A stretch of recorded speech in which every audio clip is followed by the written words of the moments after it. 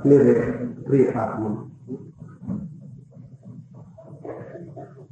जीवन जितना दिखाई पड़ता है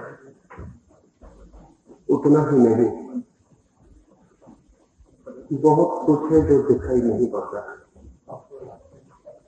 सच तो ये है कि जो दिखाई पड़ता है वो उसके समक्ष कुछ भी नहीं है जो दिखाई नहीं पड़ता।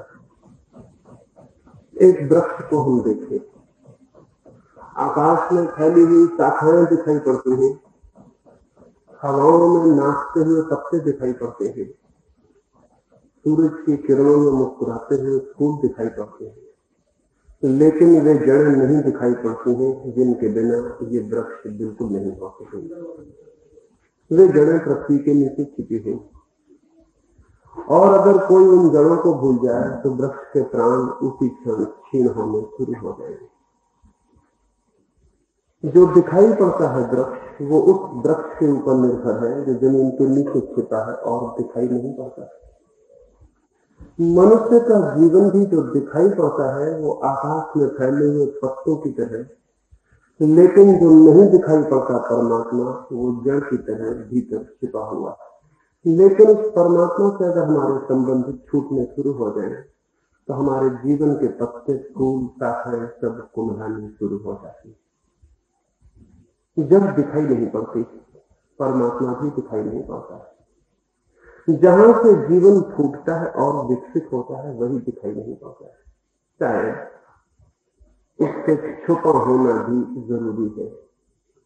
जितना महत्वपूर्ण काम है वो छुप के ही संभव हो पाता है। वो अंधेरे में, मौन में, शांति में, एकांत में संभव हो पाता है। जड़ों को हम सूरज की रोशनी में निकाल लें, फिर वे काम करना बंद कर देंगे।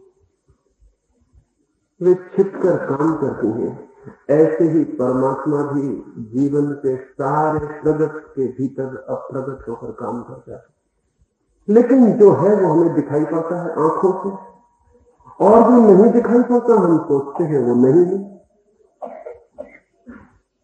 हम बहुत ज्यादा पार्थिव ढंग से सोचते हैं। अगर एक फूल के पास एक कवि को ले जाएं, एक प्रेमी को ले जाएं, एक चित्रकार को ले जाएं, तो उसे फूल में बहुत कुछ दिखाई पड़ता है जो हमें दिखाई नहीं पड़ता है। और अगर वो फूल के सौंदर्य की बातें करे तो हम कहेंगे कहां है सौंदर्य? रंग है, आकार है, फूल में कुछ खनिज है, कुछ केमिकल्स है, कुछ पदार्थ है, सौंदर्य कहां है? शायद फूल को प्रेम करने वाला सौंदर्य को निकाल के अलग दिखा भी नहीं सकता। शायद वो कुछ भी नहीं कह सकता, हार जाएगा। ऐसा ही कुछ जीवन में जो महत्वपूर्ण है वो भी उनको दिखाई पड़ता है जो देखने के लिए एक रिसेप्टिविटी, एक ग्राहकता अपने भीतर पैदा कर लेते हैं, अन्यथा दिखाई नहीं पड़ता। लेकिन हमें तो अपने ही भीतर जो है वही दिखाई नहीं पाता। हम बाहर भटकते हुए लोग हैं, हमारी आंखें बाहर बाहर घूमती हैं और जीवन समाप्त हो जाता है, और जो भीतर था उससे हमारी कोई पहचान भी नहीं हो पाती। ये जो भीतर है हमारे, उसका ही नाम परमात्मा है। लेकिन कैसे उसे खोजें? थोड़ी सी बातें इस संबंध में समझ लेनी जरूरी। आदमी के व्यक्तित्व के 3 तल हैं, एक शरीर, दूसरा मन, तीसरी आत्मा। शरीर से हम सबकी पहचान। शरीर सबसे ऊपर का तल है, इसलिए सीधा दिखाई पड़ जाता है।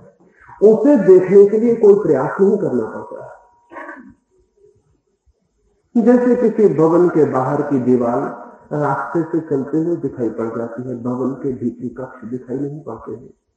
दीवार तो चलते ही दिखाई पड़ जाती है क्योंकि वो बाहर है। जो बाहर है वो बिना प्रयास के दिखाई पड़ जाता है।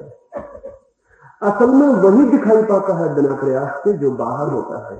जो भीतर है उसके लिए कुछ प्रयास करना होगा, भीतर जाना पड़ेगा। अगर कोई किसी मंदिर के देवता को खोजना चाहे तो मंदिर के भीतर जाना पड़ेगा। अगर कोई मंदिर की दीवारों को ही देखना चाहे तो बाहर घूमकर ही लौट आ सकता है। शरीर हमारे जीवन के मंदिर के बाहर का प्रकोप है, उसके भीतर मन है। मन की भी थोड़ी बहुत झलक हमें मिलती है, मन का भी थोड़ा बहुत ख्याल हमें होता है, क्योंकि दुख होता है, सुख होता है, क्रोध होता है, प्रेम होता है, शरीर को भूख लगती है, प्यास लगती है। तो ये सारी खबरें कैसे होती है? शरीर को तो ये खबरें नहीं हो सकती। शरीर के भीतर कोई है जिससे ये पता चलता है भूख लगी, जिससे पता चलता है पैर में तकलीफ है। पैर को ही कभी पता नहीं चलता कि पैर में तकलीफ है, सिर को कभी पता नहीं चलता कि सिर में दर्द है, दर्द किसी और को पता चलता है। जिससे पता चलता है उसकी थोड़ी सी झलक हमें भी मिलती है कि शरीर के भीतर मन जैसी भी कोई बात है, उसका भी थोड़ा अनुमान होता है, लेकिन उसके पीछे भी कोई और है, उसका हमें अनुमान भी नहीं हो पाता, उसके लिए ख्याल भी नहीं आ पाता। मंदिर की दीवार से हम परिचित होते हैं, कुछ भीतर की दहलानों से परिचित होते हैं, लेकिन गर्भगृह से जहां देवता का निवास है उससे हम बिल्कुल ही अपरिचित रह जाते हैं। कुछ कारण है, उनको समझ लेने से कुछ दृष्टि उस तरफ उठनी शुरू हो सकती है। शरीर के तल पर कुछ भूख है, कुछ प्यास है, मन के तल पर भी कुछ भूख है, कुछ प्यास है, और आत्मा के तल पर भी कुछ भूख और प्यास है। शरीर के तल पर जो भूख है उसे हम पूरा करते रहते हैं। शरीर मांग करता है, अगर शरीर को उसकी जरूरतें पूरी ना हो तो शरीर कष्ट में पड़ जाता है। अगर भूख लगी है और रोटी न मिले तो शरीर कष्ट में पड़ जाएगा। कष्ट का मतलब है वो जोर से मांग करने लगेगा कि रोटी दो। कष्ट का मतलब है वो ये कहने लगेगा रोटी नहीं मिली तो मैं काम करने से इंकार करता हूं। कष्ट का मतलब यह है कि वो कहेगा कि रोटी अगर नहीं मिलती है तो मैं मरता हूं। कष्ट का मतलब है इस बात की खबर कि शरीर सहयोग छोड़ रहा है, इंकार कर रहा है, कोऑपरेशन से इंकार कर रहा है। आपको रोटी देनी पड़ेगी, पानी देना पड़ेगा, हवा देनी पड़ेगी, कपड़े देने पड़ेंगे, गर्मी सर्दी की हिफाजत करनी पड़ेगी। शरीर पूरे वक्त अपनी मांग कर रहा है। शरीर की ये मांगे अगर पूरी न की जाए तो कष्ट मालूम पड़ेगा। कष्ट का अर्थ है शरीर की मांग का पूरा न होना, और अगर मांगे पूरी कर दी जाए तो कोई सुख मालूम नहीं पड़ेगा। ये समझ लेना जरूरी है। शरीर का स्वभाव है कि उसकी मांग पूरी न हो तो वो कष्ट अनुभव करेगा, मांग पूरी हो जाए तो बात खत्म हो गई, कोई सुख अनुभव नहीं होगा। लेकिन हम कहते हैं कि जब ठीक खाना मिल जाता है तो बड़ा सुखद लगता है। हम कहते हैं जब रात ठीक नींद आ जाती है तो बड़ा सुखद लगता है। उस सुखद का अर्थ है कष्ट का अभाव। वो सुख निगेटिव है, उस सुख की कोई पॉजिटिव, कोई विधायक स्थिति नहीं है।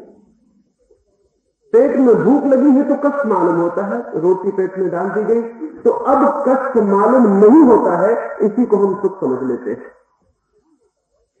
इसलिए जिनको निरंतर रोटी मिलती रहती है, जिन्हें निरंतर कपड़े मिलते हैं, जिन्हें निरंतर शरीर को कष्ट का कोई अवसर नहीं आता, वे बड़े परेशान हो जाते हैं, क्योंकि उन्हें सुख का जो अनुभव होता था रोटी खा लेने से, कपड़े मिल जाने से, वो भी बंद हो जाता है। गरीब आदमी की तकलीफ होती है, उसका शरीर कष्ट में है। अमीर आदमी की तकलीफ होती है, उसे सुख बिल्कुल नहीं मिलता। शरीर कोई सुख दे ही नहीं सकता है। शरीर दो तरह के दुख देता है, या तो भूख का दुख देता है या ज्यादा खाना खा लेने का दुख देता है। कम खाओ तो भी दुख देगा, ज्यादा खाओ तो भी दुख देगा। अगर बीच में खाओ तो दुख नहीं देगा, कष्ट नहीं देगा, बस सुख शरीर कभी भी नहीं देता है। शरीर ने कभी किसी को कोई सुख नहीं दिया है। इसलिए जो लोग शरीर के तल पर ही जीते हैं उन्हें सुख कभी भी नहीं मिलता है। हाँ, उन्हें दो तरह के दुख मिल सकते हैं। गरीब का दुख, गरीब के दुख का मतलब है शरीर की जरूरतें पूरी न होना, या उन्हें दुख मिल सकता है अमीर का दुख। अमीर के दुख का मतलब है जरूरत से ज्यादा चीजों का पूरा हो जाना। कम खा लो तो एक तकलीफ है, ज्यादा खा लो तो एक तकलीफ है। मकान न हो तो एक तकलीफ है, और बहुत बड़ा मकान हो तो भी एक तकलीफ है। पैसा ना हो तो भी एक तकलीफ है, बहुत पैसा हो जाए तो भी एक तकलीफ, लेकिन शरीर के तल पर सुख कोई भी नहीं। शरीर के तल पर सुख का अर्थ है कष्ट का न होना, बस इतना ही अर्थ। फिर दूसरा तल है मन का। मन की भी जरूरतें हैं, मन की भी मांगे हैं, मन की भी भूख है। संगीत के लिए, साहित्य के लिए, प्रेम के लिए, मित्रता के लिए, कला के लिए मन की भूख, मन की भी मांग है। शरीर बहुत स्थूल है, इसलिए उसकी जरूरतें स्थूल है, पानी, रोटी, मकान। मन सूक्ष्म है, उसकी मांग भी सूक्ष्म है, संगीत, साहित्य, प्रेम, कला। मन के तल पर स्थिति उल्टी है। अगर संगीत न मिले तो कोई दुख न होगा। आदिवासी ने कभी भी नहीं सुना कोई शास्त्रीय संगीत, इस कारण वो दुखी नहीं है जंगल में कि मुझे शास्त्रीय संगीत सुनाई नहीं पड़ा तो मैं बहुत दुखी हूं। जो आदमी संस्कृत नहीं जानता, उसने कालिदास के अद्भुत ग्रंथ नहीं पढ़े, तो इस वजह से दुखी नहीं है कि मुझे बड़ा दुख हो रहा है कि मैंने कालिदास के ग्रंथ नहीं पढ़े। जिस आदमी ने रविन्द्रनाथ का नाम नहीं सुना और गीतांजलि में कोई डुबकी नहीं लगाई, वो कोई दुख नहीं झेल रहा है। उसे कभी भी ख्याल नहीं आता सोते जागते कि गीतांजलि नहीं पढ़ी तो मैं बड़ा दुखी हूं। मन की बात उल्टी है। मन की जरूरतें पूरी करो तो सुख मिलता है, जरूरतें पूरी न करो तो दुख नहीं मिलता, कष्ट नहीं मिलता। मन की जरूरतें पूरी न हो तो कोई कष्ट नहीं मिलता, जरूरतें पूरी हो तो सुख मिलता है। मन के तल पर कष्ट नहीं होता, सिर्फ सुख होता है। हाँ, मन के तल पर भी कष्ट मालूम पड़ सकता है, अगर सुख का अभाव रहे तो कष्ट मालूम पड़ सकता है। जिस आदमी ने शास्त्रीय संगीत सुन लिया, उसे अब सुनने को न मिले तो सुख का अभाव उसे कष्ट जैसा मालूम पड़ेगा। मन के तल पर कष्ट निगेटिव है, सुख का अभाव है। शरीर के तल पर सुख निगेटिव है, कष्ट का अभाव। मन के तल पर सुख मिल सकता है, मन के तल पर कष्ट नहीं मिलता, कष्ट सिर्फ अभाव होता है। लेकिन मन के तल के सुख बड़े भागने वाले सुख हैं, क्षणिक सुख है। कोई आदमी कितनी देर तक संगीत सुन सकता है, कोई आदमी कितने देर तक काव्य में डूब सकता है, कोई आदमी कितनी देर तक प्रेम कर सकता है, कोई आदमी कितनी देर तक अपने प्रेमी का हाथ अपने हाथ में रख सकता है। और एक मजा है मन के तल पर, मन हमेशा नए सुख की मांग करता है।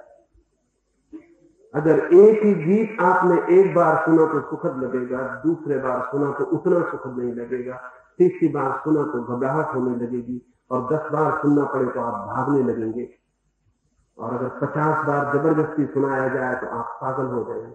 वही एक गीत,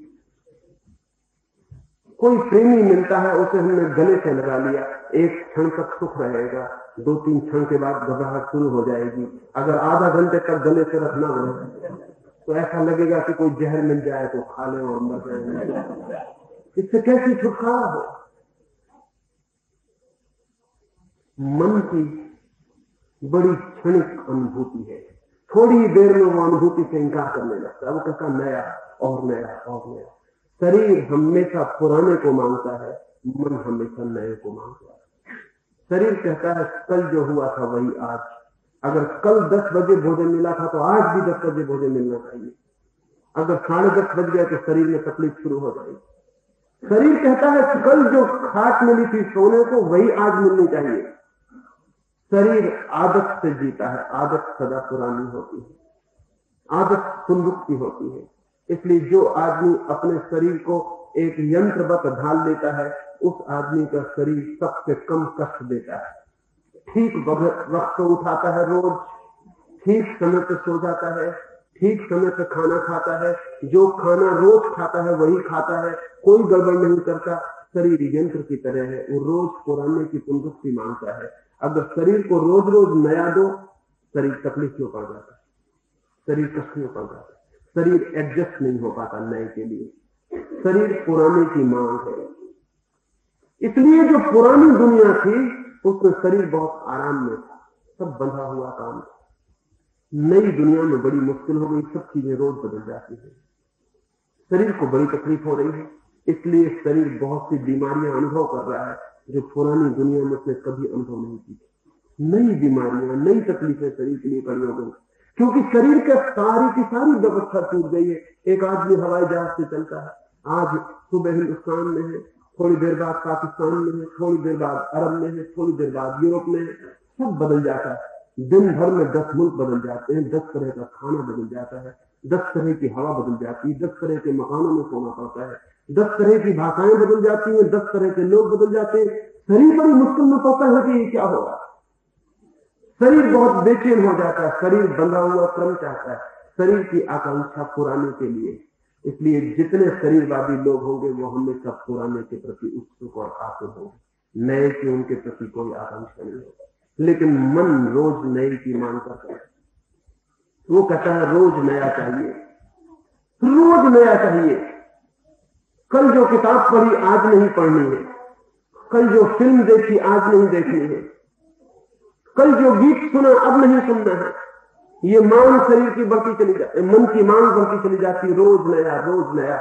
बड़ी मुश्किल हो गई। मैंने सुना हवाना में, हवाई द्वीप में उन्होंने हवाना को इस तरह बनाया है कि रात दिन हवाना को बदलने की कोशिश चलती रहती उस नगर को, क्योंकि कल जो यात्री आए थे ताकि वो कल फिर आ सके और वो ये अनुभव न करें कि पुरानी बस्ती में आ गए। अगर एक होटल में आप ठहरते हैं आज जाके और कल आप फिर उस होटल में ठहरने जाएं तो आप पाएंगे कि चीजें बहुत कुछ बदल गई हैं। बोर्ड का रंग बदल गया, कमरों के रंग बदल गए, लाइट बदल गए, खिड़कियां सब दूसरी लगा दी गई हैं। क्यों? क्योंकि ताकि आप ये न कह सकें कि वही होटल फिर। अमेरिका जैसे मुल्कों में जो मन की दुनिया में जी रहे हैं, तीव्र परेशानी है रोज नए को लाने की। इसलिए अमेरिका में इतने जोर का तलाक है, पति भी पुराना पसंद नहीं पाता, पत्नी भी पुराना पसंद नहीं पाती। हिंदुस्तान में तलाक जैसी बात हमारी कल्पना में नहीं आती। हमने विवाह को शरीर के तल पर बांध रखा है। जिस दिन विवाह को मन के तल पर उठाया उसी दिन तकलीफ शुरू हो जाती है, क्योंकि मन कहता है रोज नया। वही पत्नी रोज रोज उबाने वाली, घबराने वाली मालूम पड़ने लगती। वही पति रोज सुबह दिखाई पड़ता, वो बहुत घबराने वाला होता। मैंने सुना है एक अमेरिकी अभिनेत्री ने जीवन में 32 विवाह किए और जब उसने 31वां विवाह किया तो 15 दिन बाद पता चला कि यह आदमी एक दफा और उसका पति रह चुका है। इतनी जल्दी जल्दी बदलाव की थी कि फुर्सत कहां रही याद रखने की कि कौन आदमी कितनी बार बदल गया है, क्या हुआ है। अगर मन के तल पर विवाह को लाया गया तो विवाह टिकने वाला नहीं है, वो क्षण क्षण में बदलने की मांग वहां भी शुरू हो जाएगी। और अभी तलाक है, कल तलाक भी ऐसा लगेगा कि तलाक में भी तो 1-2 साल लगते हैं शादी विवाह करो। इसलिए नए नए प्रयोग वहां चल रहे हैं। ट्रायल मैरिज है कि शादी मत करो, पहले ट्रायल करो, अगर ट्रायल में उग जाओ तो झंझट खत्म करो। और एक बहुत बड़े आदमी ने, जज लिंडसे ने ट्रायल मैरिज की तारीफ की अमेरिका में और एक बड़ी किताब लिखी कि विवाह मत करो, सिर्फ प्रायोगिक विवाह करो, एक्सपेरिमेंटल करो, फिर जब तुम बिल्कुल पक्का कर लो तब करना। और मैं जानता हूं कि अगर प्रायोगिक विवाह किया जाए तो कोई आदमी कभी पक्का निर्णय लेने की हिम्मत नहीं कर सकेगा। जिंदगी के मरते दम तो वो सोचेगा क्या पता झंझट हो जाए, फिर कल बदलना पड़े, प्रयोग चलने दो। मन रोज नए की मांग करेगा। मन के तल पर पुराना घबराने वाला है, नया स्वीकृत, चाहे पुराने से बुरा ही हो, नया होना काफी है। शरीर के तल पर नया चाहे पुराने से अच्छा भी हो तो भी शरीर स्वीकार नहीं करना चाहता, वो इनकार करता है, वो अपनी आदत में जीना चाहता है। मन नए की मांग करता है, चाहे बुरा ही क्यों ना हो। मन नए की मांग क्यों करता है? क्योंकि मन एक क्षण में तृप्त हो जाता है, एक क्षण से ज्यादा नहीं मांगता। मन कहता है बस बहुत है, एक क्षण में जन्नत मिल जाती, बात खत्म हो जाती। इसलिए मन के सारे सुख क्षणिक होंगे। मन का कोई सुख शाश्वत नहीं हो सकता। सनातन नहीं हो सकता, सदा रहने वाला नहीं हो सकता, आएगा और जाएगा, आ भी नहीं पाएगा और आप पाएंगे कि वो गया। एक आदमी एक कार खरीदना चाहता है, कितनी रात, कितनी चिंता, कितनी योजनाएं बनाता है, फिर कार खरीद के घर ले आता है, एक क्षण मन पुलक से भरता है, दूसरे क्षण बात खत्म हो गई, कार घर आ गई और सब खत्म हो गया, अब क्या करोगे? फिर दूसरे दिन से दूसरी कार पर नजर है, दूसरे मकान पर नजर है, वो भी मिल जाएगा और मिलते ही सब समाप्त हो जाएगा, मिला कि गया, क्योंकि मन एक क्षण से ज्यादा कोई सुख लेने को तैयार नहीं, वो फिर नए की मांग करने लगता है। और मन के तल पर नए की मांग ही अगर नया पूरा न हो, उपलब्ध न हो, तो कष्ट जैसा मालूम पड़ने लगता है। मन के तल पर सुख क्षणिक है और कष्ट स्थायी मालूम पड़ेगा। बीच बीच में क्षण भर को सुख मिलेगा, फिर कष्ट फिर हो जाएगा, फिर सुख की झलक मिलेगी, फिर कष्ट फिर हो जाएगा। जैसे अंधेरी रात में कभी कोई बिजली चमकती हो, बिजली चमकती है, रोशनी हो जाती, फिर गुप्त अंधेरा हो जाता है। मन के तल पर ऐसा ही है, नई चीज मिलती है, एक चमक, बिजली, फिर गुप्त अंधेरा। कितनी नई चीजें मिलेंगी, 24 घंटे कितनी नई चीजें पाई जा सकती हैं। मन के तल पर सुख की झलक मिलती है, सुख क्षण भर को मिलता है, फिर खो जाता है। जो आदमी शरीर के तल पर ही जिएगा उसे कोई सुख नहीं मिलेगा, जो आदमी मन के तल पर जिएगा उसे क्षण झलक मिलेगी, लेकिन स्थायी सुख नहीं मिलेगा। तीसरा तल आत्मा का है। आत्मा की भी भूख है, जैसे शरीर की भूख है, मन की भूख है, आत्मा की भी भूख है। जैसे शरीर की प्यास है, मन की प्यास है, ऐसी ही आत्मा की भी प्यास है।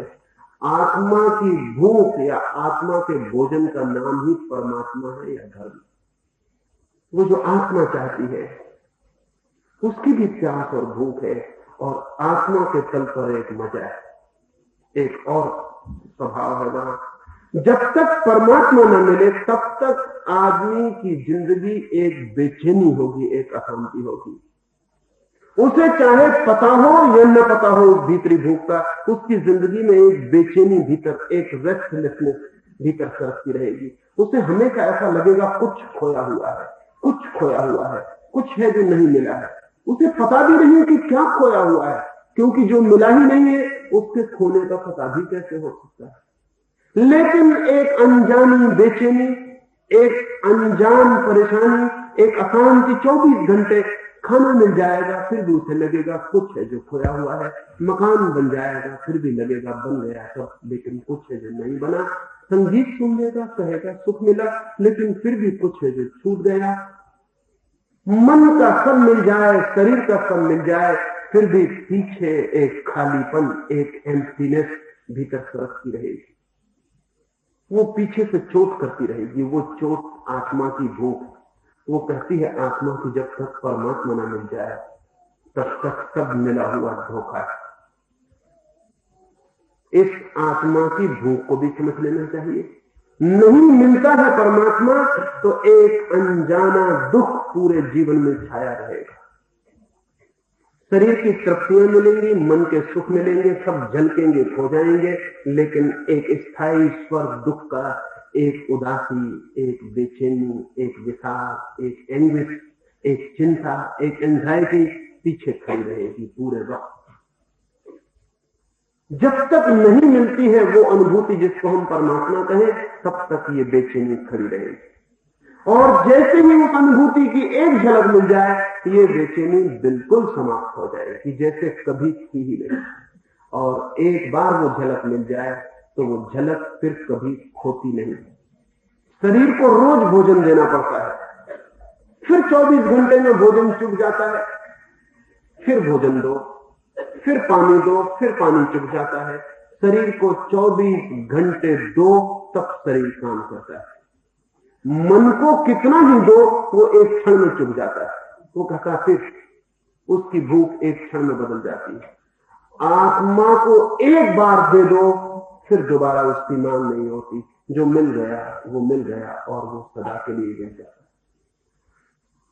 शरीर के तल पर सुख नहीं होता, सिर्फ कष्ट होते हैं या कष्ट का अभाव होता है। मन के तल पर सुख होता है, कष्ट नहीं होता, या सुख का अभाव होता है जिसे हम कष्ट समझते हैं। आत्मा के तल पर होता है दुख और या होता है आनंद। दुख गया कि फिर जो शेष रह जाता है वो आनंद है। वो उस आनंद की तलाश की धर्म है, उस परमात्मा नाम के भोजन की खोज, उस खोज का विज्ञान ही धर्म है। और आज मेरे मित्रों ने चाहा है कि मैं कहूं कि व्यस्त जीवन में उस परमात्मा नाम के भोजन को कैसे पाया जा सकता है। निश्चित ही जीवन व्यस्त है और सदा से व्यस्त रहा है। व्यस्त रहने के दो कारण हैं। एक तो कारण है शरीर और मन की जरूरतें पूरी करनी है। पूरी करनी है तो व्यस्त रहना पड़ेगा। जिसको शरीर की ही जरूरतें पूरी करनी है उसे बहुत व्यस्त नहीं रहना पड़ेगा, क्योंकि शरीर की जरूरतें बड़ी सीमित हैं। जानवर है, एक शेर है, वो दिन में एक दफा उठता है, जाके शिकार कर लेता है, खा पी के सो जाता है, उसकी जरूरत खत्म हो गई। फिर दिन भर वो व्यस्त नहीं रहता, भोजन मिल गया, बात खत्म हो गई। जानवर सिर्फ शरीर के तल पर जीता है, उसकी जरूरतें बहुत सीमित हैं, शरीर की मांग पूरी हो जाती, बात खत्म हो जाती। फिर वो ये भी नहीं कहता शरीर के यही जानवर कल खाया था, यही आज खाने लगे, बोर हो गए। अब तो कोई जानवर बोर होता ही नहीं, बताना आपको। कोई जानवर कभी उगता नहीं। बोर्डम जैसी चीज जानवर की दुनिया में नहीं होती, सिर्फ आदमी की दुनिया में होती, क्योंकि जानवर के पास मन नहीं है। मन बोर होता है, उग जाता है। शरीर तो कभी बोर नहीं होता, जो उसे कल मिला है वही दे दो, मजे से प्रसन्न होकर तृप्त हो जाता है, बात खत्म हो जाती। शरीर तो एक यंत्र है, जैसे हम मोटर में पेट्रोल डाल देते, वो मोटर ही नहीं कहती कि ये पेट्रोल कल डाला, आज फिर वही डालने लगे, वही 100 की दुकान पर फिर खड़े हो गए आके, आज हमें दूसरा बर्मा तेल चाहिए, ये तीसरा हमें इंजन ऑयल चाहिए, अब ये तेल हम नहीं लेंगे। नहीं, मोटर को कोई मतलब नहीं है, मोटर को पेट्रोल चाहिए। शरीर को भी कोई मतलब नहीं है कि आप क्या देते हो, उसकी जरूरत पूरी हो जानी चाहिए, बस। जरूरत पूरी हो गई, बात खत्म हो गई। इसलिए जानवर ज्यादा व्यस्त नहीं है, जानवर बिल्कुल ही व्यस्त नहीं है। एक कुत्ते को देखो, एक बिल्ली को देखो, बिल्ली व्यस्त दिखाई पड़ेगी जब तक चूहा ना मिल जाए, फिर उसके बाद बात खत्म हो गई। चूहा मिल गया, फिर बिल्ली शांति से बैठ के पता नहीं ध्यान करती है, सपना देखती है, क्या करती है। लेकिन मेरा ख्याल है कि बिल्ली ध्यान भी कभी करती होगी जब चूहा न मिलता होगा, चूहे का ध्यान करती होगी, बाकी ध्यान भी नहीं करती होगी। मैंने सुना है एक बिल्ली एक झाड़ के नीचे बैठ के सपना देखती थी। एक कुत्ता पास से निकला और कुत्ते ने पूछा कि देवी क्या देख रही हो, क्या सपना देख रही हो? उस बिल्ली ने कहा, बड़ा आश्चर्य, मैंने सपने में देखा कि वर्षा हो रही है और वर्षा में पानी की जगह चूहे गिर रहे। उस कुत्ते ने कहा, मूर्ख बिल्ली, हमने पुरखों से कभी नहीं सुना, ना हमारे शास्त्रों में लिखा हुआ है कि कभी चूहे गिरते हैं। जब भी वर्षा होती है भगवान खुश होता है तो हड्डियां गिरती, चूहे कभी सुने? हमने भी सपने देखे हैं, लेकिन हड्डियां गिरती, चूहे कभी गिरते ही नहीं। ये बात ही गलत। ठीक कहता है कुत्ता, क्योंकि कुत्ते के सपनों में चूहे क्यों गिरेंगे? कुत्ते के सपने में जब भूख पेट में होती होगी तो हड्डियां गिरती होंगी, बिल्ली के सपने में हड्डियां गिरने का क्या कारण? जब भूख होती होगी तो चूहे गिरते होंगे, लेकिन सपने यहीं खत्म हो जाते हैं। शरीर से ज्यादा जानवर का व्यक्तित्व नहीं, और इसलिए हम ये कह सकते हैं कि जिस आदमी का व्यक्तित्व शरीर पे खत्म हो जाता है वो आदमी जानवर से ज्यादा नहीं। उसके और जानवर के बीच बुनियादी फर्क नहीं। जो आदमी सोचता है खाना पीना कपड़े पहन लेना, बस आ गई समाप्ति, दी एंड आ गया, वो आदमी जानवर के तल पर जी रहा है। उस आदमी की जिंदगी में भी एक तरह का संतोष होगा, क्योंकि जानवर बिल्कुल संतुष्ट मालूम पड़ते हैं। उस आदमी की जिंदगी में एक तरह की निश्चिंतता होगी, जानवर बिल्कुल निश्चिंत मालूम पड़ते हैं। उस तरह के आदमी के जीवन में बहुत चिंता नहीं होगी, जानवरों के जीवन में कोई चिंता नहीं। लेकिन वो आदमी न तो उन सुखों को जान पाएगा जो मन के हैं, और न उन आनंदों को जान पाएगा जो आत्मा के। इसलिए सुकरात से किसी ने पूछा कि एक असंतुष्ट सुकरात बनने के बजाय एक संतुष्ट सुअर बन जाने में हर्ज क्या है? सुकरात ने कहा कि मैं एक संतुष्ट सुअर बनने के बजाय एक असंतुष्ट सुकरात ही बनना चाहूंगा, क्योंकि संतुष्ट सुअर उन लोगों की यात्रा नहीं कर पाता जिन लोगों की यात्रा असंतुष्ट सुकरात कर सकता है। इसलिए देखा होगा कि न तो जानवर बोर होते हैं, ऊबते हैं, और न जानवर कभी हंसते। किसी जानवर को कभी हंसते हुए देखा? अगर रास्ते पे कोई भैंस हंसती हुई मिल जाए तो फिर जिंदगी भर सो नहीं सकोगे, फिर ऐसे भागोगे, ऐसा प्राण छोड़ दोगे कि मर गए। ये क्या हो गया कि भैंस तो हंस रही? नहीं, कोई जानवर नहीं हंसता सिवाय आदमी नाम के जानवर को छोड़कर, क्योंकि हंसना और उगना मन की बातें हैं, शरीर की बातें नहीं। जानवर कभी नहीं हंसता। इसलिए अगर आदमी की परिभाषा करनी हो तो हम कह सकते हैं जो जानवर हंसता है उसका नाम आदमी है। हंसना आदमी का बुनियादी लक्ष्य है। आदमी उगता भी है, हंसता भी है, क्योंकि उसके पास मन है, और मन की खुशियां भी हैं और मन की गैर खुशियां भी। लेकिन शरीर के तल पर ही अगर आदमी रह जाए तो वो मशीन की तरह जीता है और समाप्त हो जाता है। उसे पता ही नहीं चलता कि उसके भीतर क्या क्या छिपा था, कौन से रहस्य, कौन से अनजाने लोग, कौन सी यात्राएं बाकी थी जिन्हें वो करता तो जीवन धन्य हो जाता, उसे पता नहीं चलता। कुछ लोग शरीर पर रुक जाते हैं, कुछ लोग शरीर के ऊपर उठते हैं और मन के सुखों की खोज करते हैं। मन के सुख बड़े अद्भुत हैं, लेकिन बड़े सपनीले हैं, बड़े धीमी हैं, आ भी नहीं पाते और चले जाते हैं। कैसा अद्भुत है काव्य का सुख, कैसा अद्भुत है वीणा का सुख, कैसा अद्भुत है प्रेम का सुख, कैसे अद्भुत है मन की गहराइयां, लेकिन बस एक क्षण छुओ और खो गई। बहुत इल्यूजरी है, बहुत भ्रामक है, बहुत काल्पनिक है। छुओ की अब परिजन के मिलने से दुख होता है, लेकिन परिजन के मिलते समय भी डर बना रहता है कि कहीं परिजन खो न जाए, और वो डर उस सुख को भी छीन कर जाता है। फूल खिलता है, सुख देता है, लेकिन डर साथ में बना है कि कुम्हला जाएगा, कुम्हला जाएगा, आप कुम्हला जाएगा, कुम्हला जाएगा। मन के तल पर कभी भी प्राण पूरी तरह तृप्त नहीं हो पाते। फूल खिला भी नहीं कि कुम्हलाना शुरू हो जाए। वहां कोई स्थिरता नहीं है, वहां कोई स्थायित्व नहीं है। इसलिए जो लोग मन में जीते हैं वे बड़ी एंजाइटी में, बड़ी चिंता में जीते। वहां 24 घंटे एक ट्रेम्बलिंग, एक कंपन चलता रहता, अब गया, अब गया, अब गया, सुख हो जाएगा। और जो मिलता है वो मिलते ही हाथ से छूट जाता है, जिससे कोई पानी पे मुट्ठी बांधे। हाथ डालता है तो लगता है पानी हाथ में है, मुट्ठी बांधी की खाली मुट्ठी रह जाती, पानी बाहर हो जाता है। मन के सुख में हाथ डालो तो लगता है बहुत सुख मिल रहा है, मुट्ठी बांधो और पता चलता है मुट्ठी खाली रह गई, सुख कहीं खो गया। मन की दुनिया में जीना एक चिंता में जीना है। मन की दुनिया में जीना एक बेचैनी में जीना है। लेकिन कुछ लोग मन की दुनिया में जीते हैं और समाप्त हो जाते हैं। जो मन की दुनिया में जीते हैं उनके विक्षिप्त होने का बहुत डर। शरीर की दुनिया में जीने वाला आदमी कभी पागल नहीं होता, क्योंकि वो आदमी ही नहीं होता, वो आदमी से नीचे होता है। पागल होने के लिए भी आदमी होना जरूरी है।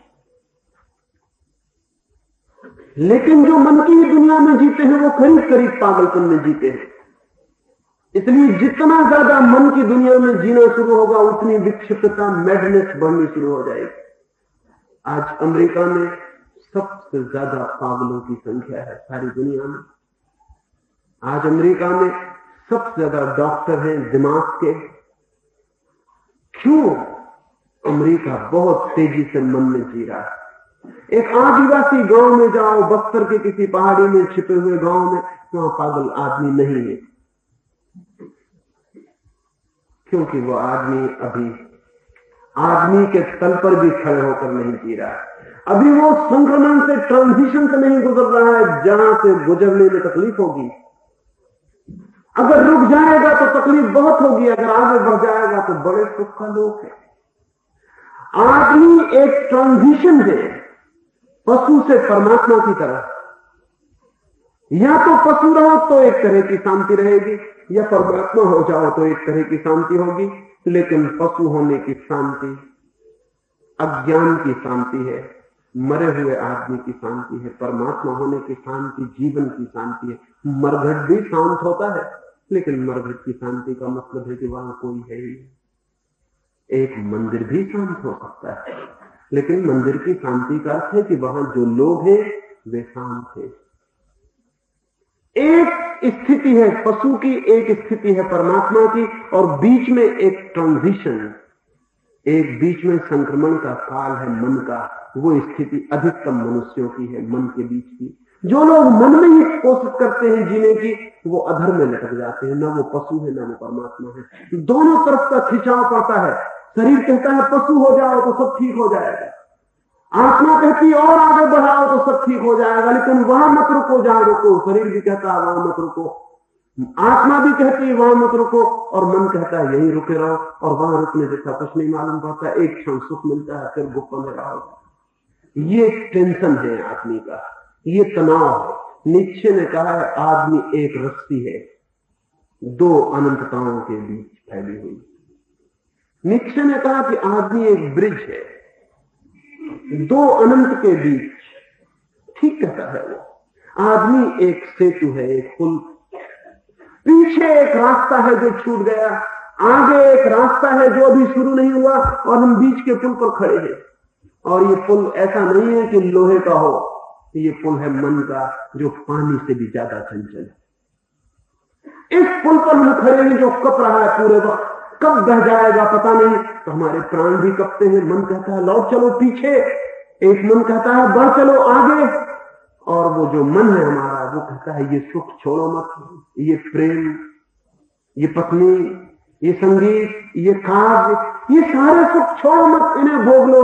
मन कहता है यहीं रुक जाओ, शरीर कहता है पीछे लौट आओ, आगे कोई अनजान पुकार बुलाती है परमात्मा की, बड़े आओ। इस सब में आदमी एक चिंता में, परेशानी में पड़ जाता है।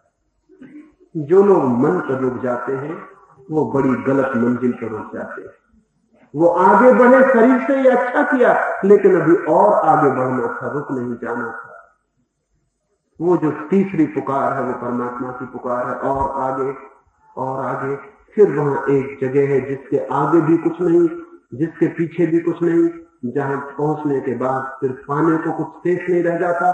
क्योंकि पाने को तभी तक इच्छा रहती जब तक भीतर दुख है। दुख धक्के देता है कि पाओ कुछ ताकि मैं मिट जाऊं। जब दुख मिट गया पाने की दौड़ बंद हो जाती है, और जब वो मिल गया जो सब कुछ है तो पाने को कुछ शेष नहीं रह जाता। लेकिन कैसे पाए उसे? हम तो बहुत व्यस्त थे, हम तो सुबह से लेकर शाम तक व्यस्त थे, या तो शरीर के काम में व्यस्त थे या मन के काम में व्यस्त, या तो शरीर की मांगे पूरी कर रहे हैं या मन की मांगे पूरी कर रहे हैं। हम इस परमात्मा के लिए समय कहां से निकालें? ये तीसरी मांग कौन पूरी करे, कैसे पूरी करे? कहां है समय, कहां है अवसर, कहां है सुविधा?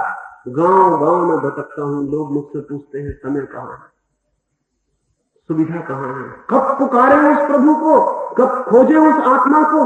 फुर्सत नहीं मिलती। सुबह से उठते हैं और फैक्ट्री है, शाम थके मांदे लौटते हैं और बच्चे हैं, दूसरी फैक्ट्री घर पर है, बच्चे की पत्नी की। दिन भर एक फैक्ट्री चलाते हैं, सांझ आके दूसरी फैक्ट्री में उलझ जाते हैं।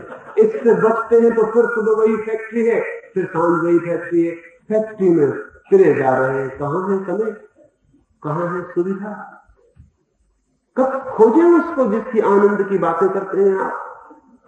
किस मार्ग से जाएं, कौन जाए, कैसे जाएं? समय तो बिल्कुल नहीं है। ये लोग बिल्कुल ठीक कहते हैं, गलत नहीं कहते। लेकिन मेरा कहना यह है कि परमात्मा को खोजने के लिए समय की कोई जरूरत ही नहीं। मेरा कहना यह है कि परमात्मा को खोजने के लिए अलग समय की कोई जरूरत ही नहीं। परमात्मा की खोज कॉम्पिटिटिव नहीं है शरीर और मन से। शरीर और मन से परमात्मा की खोज की कोई प्रतियोगिता नहीं है। शरीर और मन में जरूर प्रतियोगिता है। अगर आपको शरीर की खोज करनी है तो उतनी देर तक मन की खोज बंद कर देनी पड़ेगी, क्योंकि जो आदमी रोटी कमाने गया है वो उसी वक्त वीणा सीखने नहीं जा सकता, या जो आदमी वीणा सीखने गया है उसी वक्त रोटी नहीं कमा सकता।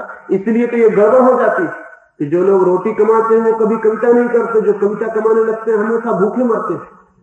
ये हमेशा हो जाता है क्योंकि कॉम्पिटिटिव है। अगर मन की खोज करने जाते हैं तो शरीर की खोज में थोड़ी बहुत बाधा पड़ेगी। इसलिए हजारों साल तक मन की खोज सिर्फ राजा महाराजा धनपति लोग करते थे। गरीब आदमी मन की कोई खोज नहीं करता था। कहां सुविधा थी कि एक मैटर एक चम्हार बैठ के वीणा सुने। राजा महाराजा अपने महलों में वीणा सुनते थे, नृत्य देखते थे अप्सराओं के। एक भंगी मैटर को कहां फुर्सत थी, कहां सुविधा थी। दिन भर झाड़ू लगाएगा सड़क पर, नृत्य कब देखेगा। और झाड़ू लगाने वाला धीरे धीरे इतना जड़ हो जाएगा कि उसको नृत्य देखने की समझ भी खो जाएगी। दिन रात हथौड़ी पीटेगा, सितार कब सुनेगा। और हथौड़ी ठोकते ठोकते कान ऐसे जड़ हो जाएंगे कि जब कोई सितार बजाएगा तो उसकी समझ के बाहर होगा कि ये क्या होगा। मैंने सुना है कि दो युवक चित्रकार होना चाहते थे। उनमें से एक तो फिर बहुत बड़ा चित्रकार हुआ, डोरिक। वे दोनों अपने गुरु के पास शिक्षा लेने गए, लेकिन दोनों गरीब थे। उनके पास फीस के पैसे भी नहीं थे, रंग खरीदने के पैसे भी नहीं थे। गुरु ने कहा कि मैं तुम्हें मुफ्त शिक्षा दे दूंगा, लेकिन रंग मैं कहां से लाऊंगा, मैं खुद ही गरीब हूं। कागज कहां से लाऊंगा, इतना इंतजाम तुम्हें करना पड़ेगा। वे कहने लगे हमारे पास तो सिवाय चित्र सीखने की आकांक्षा के और कुछ भी नहीं है। उसके गुरु ने कहा तब बहुत मुश्किल है। तुम खाना कहां से खाओगे अगर कागज रंग भी कहीं से आ जाए? तुम वस्त्र कहां से पहनोगे? फिर उन दोनों ने यह तय किया कि एक मजदूरी करे, दूसरा सीख ले चित्रकला। उन्होंने पैसा फेंक के निर्णय कर लिया। डोरिक का नाम आ गया, वो चित्र सीखने लगा। 5 साल वो सीखेगा, फिर 5 साल बाद उसका मित्र सीखेगा, फिर 5 साल वो मेहनत करेगा। मित्र गया, वो सड़कों पर जाके गिट्टियां तोड़ने लगा।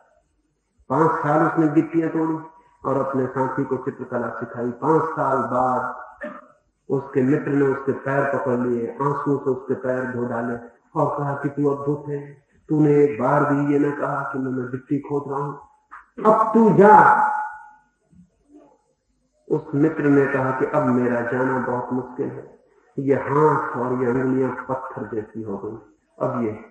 अब ये पकड़ के बुरुश को, तुलिका को शायद ही चित्र बना सके, लेकिन कोई हर्ज नहीं, तू चित्र बनाने लगा। चित्र बनने चाहिए, मेरा भी हाथ तो है उन चित्रों में, हालांकि मैंने चित्र नहीं बनाए, गिट्टी तोड़ी। लेकिन मित्र बहुत रोने लगा कि ये तो बहुत दुर्भाग्य हो गया, तू गुरु के पास चल। गुरु ने भी उसके हाथ देकर कहा कि हाथ तो इतने कड़े हो गए कि अब इन हाथों से तुलिका के सूक्ष्म अंश नहीं निर्मित किए जा सकते, सूक्ष्म इनके कंपन खत्म हो गए। या तो गिट्टी तोड़ लो या तुलिका पकड़ लो, वहां प्रतियोगिता है। इसलिए दुनिया में मन की आकांक्षा थोड़े से लोगों की पूरी हुई। कोई अशोक, कोई अकबर, कोई पीटर महान, कोई एलिजाबेथ, इस तरह के लोगों के कुछ सुख पूरे हुए मन के। आम आदमी शरीर के लिए ही गिट्टियां तोड़ता रहा है। और ये ठीक भी है, आदमी को लगता है कि या तो ये कर लो या वो कर लो। भूख हो घर में, वीणा कैसे बजेगी? प्यास हो घर में, बीमारी हो घर में, चित्र कैसे बनेगा? नहीं, ये नहीं हो सकता। इन दोनों में प्रतियोगिता है। इसी प्रतियोगिता के कारण आदमी पूछने लगता है कि परमात्मा को कहां खोजेंगे, कब खोजेंगे, समय कहां है। मन के सुख ही नहीं खोज पाते, आत्मा का आनंद कहां खोजेंगे।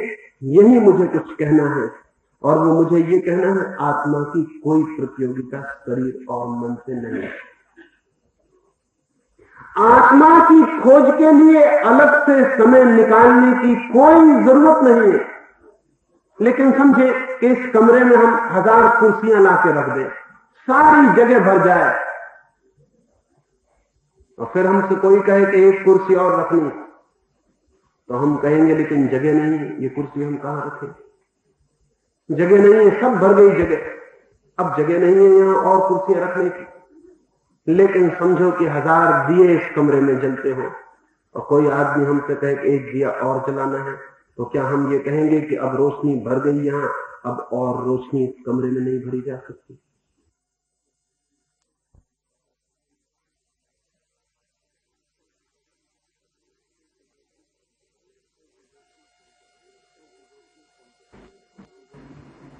क्योंकि रोशनी कॉम्पिटिटिव नहीं है।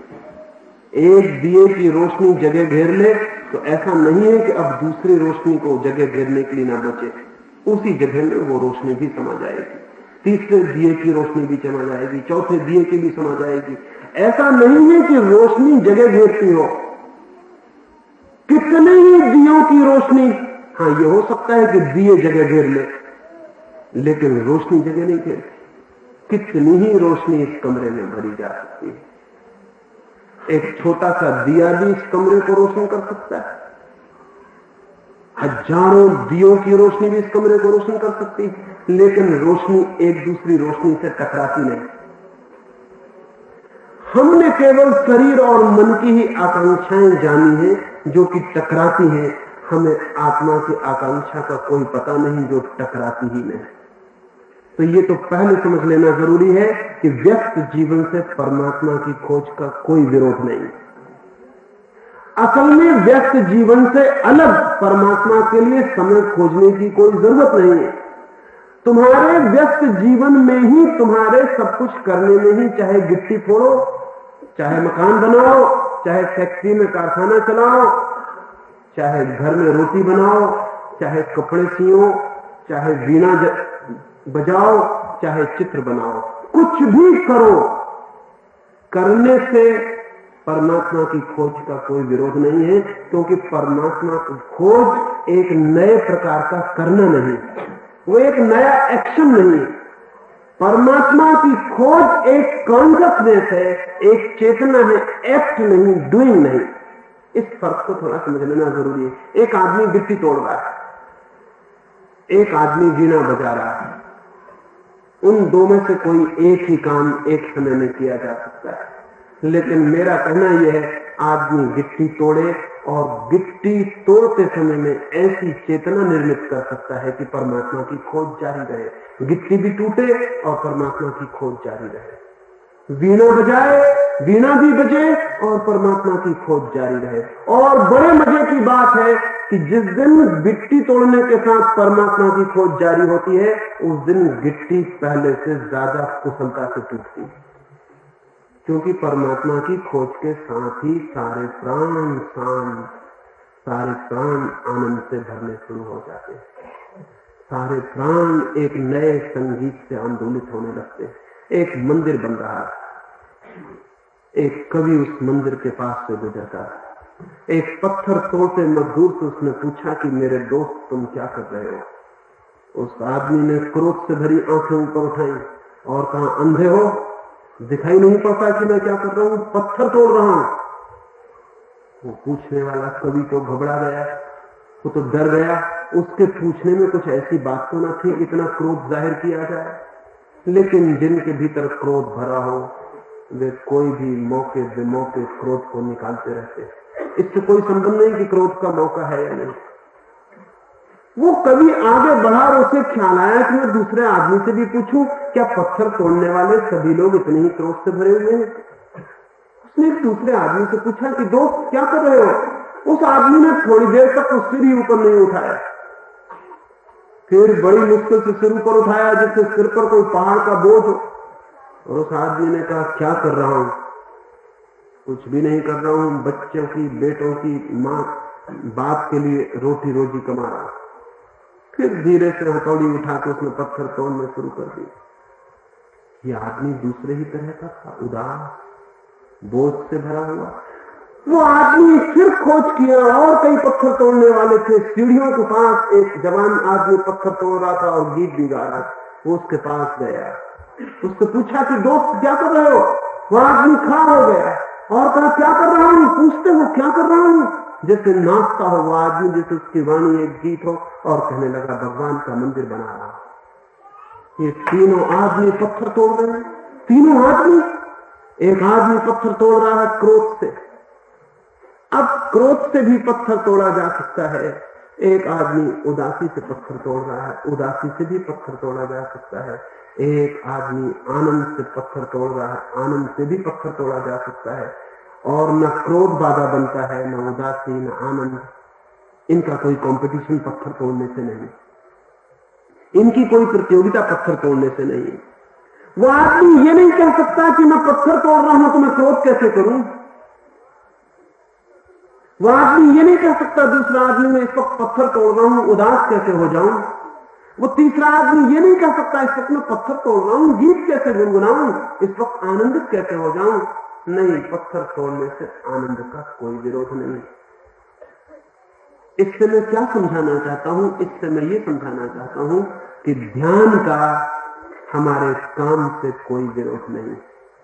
हम जिस काम को भी ध्यान पूर्वक करें वही काम परमात्मा की तरफ ले जाने का मार्ग बन जाता है। जिस काम को भी व्यक्ति माइंडफुली, मेडिटेटिवली ध्यान पूर्वक कर सके वही काम परमात्मा का द्वार बन जाता है। इसलिए व्यस्त जीवन से परमात्मा का कोई विरोध नहीं, व्यस्त जीवन से आत्मा की खोज का कोई विरोध नहीं। मेडिटेटिवली ध्यान पूर्वक हम काम कैसे करें। अभी हम जो काम करते हैं वो ध्यान पूर्वक बिल्कुल नहीं है। और लोगों से हम पूछते फिरते हैं कि हम ध्यान कैसे करें, कब करें। हमारे घर में तो जगह नहीं है जहां हम ध्यान करें, जगह किसी घर में नहीं है। बच्चों की वजह से जगह घर में हो ही कैसे सकती है। बच्चे इतने पैदा होते चले जाते हैं कि सब घर छोटे होते चले जाते हैं। जगह कहां है? जगह कहीं भी नहीं है। शोरगुल इतना है, मुश्किल इतनी है, कहां बैठ जाएं, कहां ध्यान करें। वो गलत प्रश्न पूछते हैं। ये सवाल नहीं है पूछने का कि कहां हम ध्यान करें, सवाल ये है कैसे हम ध्यान करें। ये सवाल जगह का नहीं, ये सवाल समय का नहीं है। लोग पूछते हैं कब हम ध्यान करें, सुबह की रात, ये भी सवाल गलत है।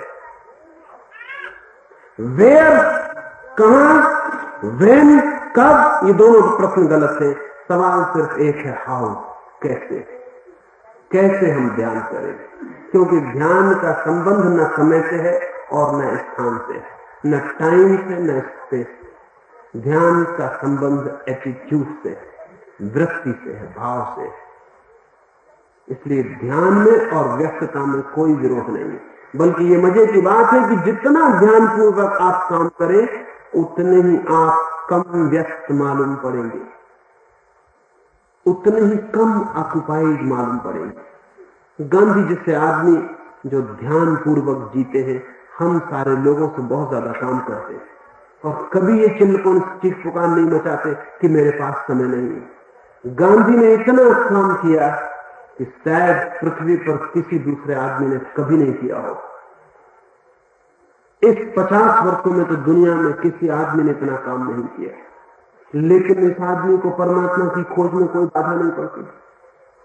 ये ऐसे ऐसे छोटे काम भी करने को तैयार है जिसके हम कल